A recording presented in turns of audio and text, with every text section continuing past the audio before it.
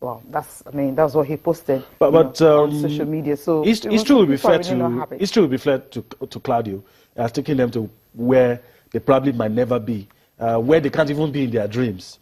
It's a future Hall of Famer, and we'll see all of that.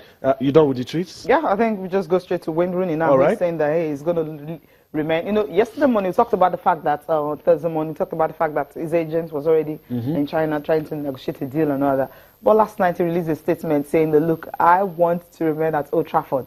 It's too pretty. I mean, it's still good to actually leave at this particular time. They're having an exciting time. Jose Mourinho is around. They're winning games again. And after staying in sixth position for like forever, though they're still there. But Europa League and FA Cup, they're doing so well. And they started winning games. So he really wants to remain. But the question I'm asking is the captain of the club. The coach wants him to stay. I know injury has not allowed him to play most of the games. But even when he's not injured, he's not even close to, that position, or rather close to the kind of fitness that we have with Zlatan, who is scoring in every game.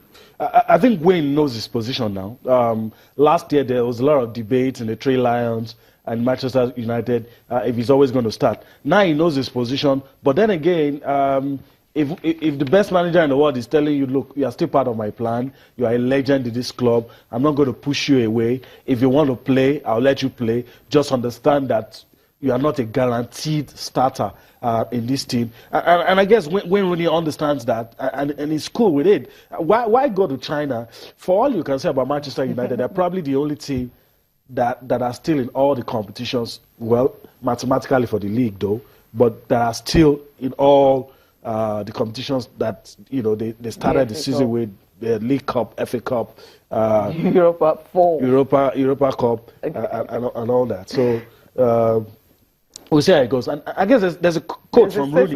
From him that he released last night. He says, despite the interest which has been shown from other clubs, for which I'm really grateful, I want to end recent speculation and say that I'm staying at Manchester United. I hope I will play a full part in helping the team in its fight for success on four fronts. You mentioned all the competitions they are in, from the League 2, the League Cup. It's an exciting time at the club, and I want to remain a part of it. He says he hopes he will play a full part. Hopefully he does. It's a no-brainer. I mean, it's a no-brainer. I mean, the choice is easy to make. Look, China can wait. It's just 31. China can wait. There are chances of things turning around for United. You want to be part of that history. You want to be the bridge that connects the past to the future. And that's what Wayne wants to do. And you need players like that at the club. And that's why he's decided, look, I'm going to wait. Look, you can take it to the bank. Manchester United with a manager like Jose, they're going to win something this year. Okay. They can win I don't know what it is. Whatever. But they're going to win something. Even if it's a mug, whatever happens. No, it's not. No. What about the Mickey Mouse trophy? Maybe a plate, but not a mug. But they're going to win something. They're going to win something. They're going to win something. Okay, quickly we'll run through the NBA results. NBA is back after that All-Star game and the little break and some trades. Then you see that some players have actually moved. But we'll run through the results overnight. Portland Trail Blazers and Orlando Magic. You can just see those results on the screen. Okay, we're starting with this one where Damian Lillard scored about 33 points and CJ McCollum added 22 points, and the Portland Trail Blazers winning by 112 to 103 to snap a 3-game losing streak. In another game where you have Hornets and Pistons, Cantavius Caldwell-Pope scoring 33 points, including 3 points late in the fourth quarter, for them to be able to outclass the Detroit Pistons. Talking about the Charlotte Hornets, 114 to 108. That's how the game ended. Pistons winning that one. You have the Houston Rockets beating the Pelicans, 129 points to 99.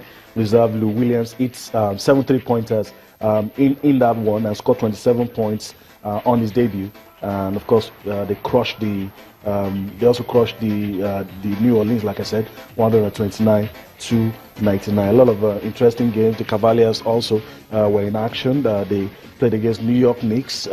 New York Knicks have received a lot of flack recently. Their star player, a lot has been said about Melo. But LeBron James scored his 48 career triple-double. And Kyrie Irving scored 23 points, leading the Cleveland Cavaliers to a 119-104 victory over the New York Knicks. And of course, the last one for the night was between LA Clippers and the Warriors. Steph Curry scoring 17 of his 35 points in a 3-point flurry over the final 3 minutes and 37 seconds that was left of the third quarter. And the two-time reigning MVP also had 7 rebounds, 5 assists, and 4 steals.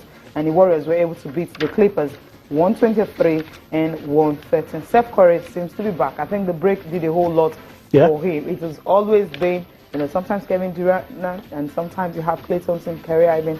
But now Steph Curry had to take the mantle in this one. 35 points he had. 17 of the 3-pointer, which is really a flourish. When you have an all-star team, sometimes most of the problem, you have too many good players on your roster. Most of the time, the problem is the balance. How do you get the balance, and how do you get the best? Usually, the problem is always that you have to sacrifice one player for another. Probably if this guy's strength suits your style of play, you might make the other player play in a certain way. And that's why it's interesting to see Golden State Warriors, to see how they're going to play with KD now in the mix, with those guys shooting 3 points from anywhere, anywhere on the court, to see how they're going to get that balance of play. And, at the point when LeBron was with Miami, there was that problem of Chris Bosh, Dwayne Wade, 3 of them playing, but sometimes it looked as if those 2 guys had to take the back seat and allow LeBron, So sometimes it's very interesting to see how managers, tinker with the roster to ensure that, you use the strengths and reduce the weaknesses of these top stars. Top stars. As well this, now we'll talk about the Women's League. Now the Congress was held overnight, on Wednesday night till early hours of Thursday morning, and they came out with proposition, and what's that is going to be another abridged version of the league again. Another. We're used to it. We're used to it, right? And you said something before came on air. You said, Sisi, why don't you just tell most of these players to look for a job? They know that they're playing football part-time. But that's not really good. But then, when you're not playing regularly, through no fault of theirs. Through no fault of theirs. And trust me, I don't enjoy coming here to say this. It's not as if all we can do is criticize. No, we have problems, but we can make it work if we put our minds to it. And look, if I have a sister that tells me I want to play football and that's the only thing I want to do, I'll say you're not serious. What salaries are you going to get? A lot of things happening. You're going to have abridged leagues. You're going to have people tell you there's no money to pay your salaries and all that. But if we get to a point where, even if it is 4 teams, if that's what we can, although somebody will quickly point out that 4 teams is not a league anyway. But look, it's good to have teams that are well-structured, teams that are healthy, that can pay salaries, so that you don't have all these walkovers here and here. You look at these fixtures, at the end of the day, maybe you're just going to get two or played. It's really sad.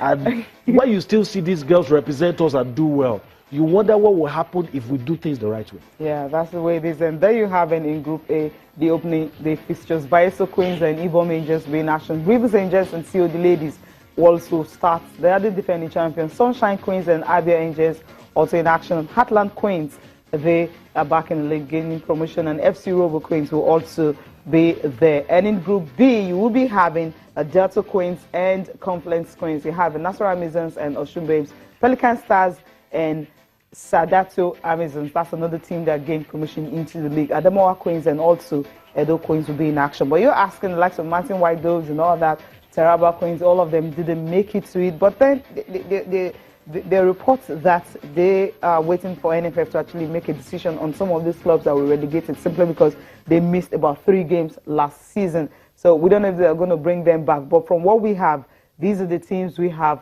for the abridged version of the season. And it's going to be starting on the 25th of March. And hopefully everything goes smoothly. And at the end of the day, Super 4 will be used to determine the winner of the league. The good thing is that they've had a Congress led by Aisha Falode. I think everything, the outing and all that, they said it was really a good, discussion, deliberations. All the club owners, all of them, they were all there and were able to make the decisions they want to make. But the thing is, it's still a bridge version. Maybe with time, we'll definitely want to have a better one. All right.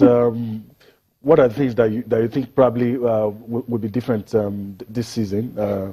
Or we're going to probably have some of the same all the way? Yeah, I think we're going to have a lot of difference. But right now, because you now have, how do I put it now? You now have a board, actually heading it. Unlike before that, we're like, okay, who are those in charge of it? And these people have been giving free hand. And you have professionals. You have in that professionals board, in that board, so they know what to do. They know what to do. They know how they can. Don't you think the time is short for them to fix?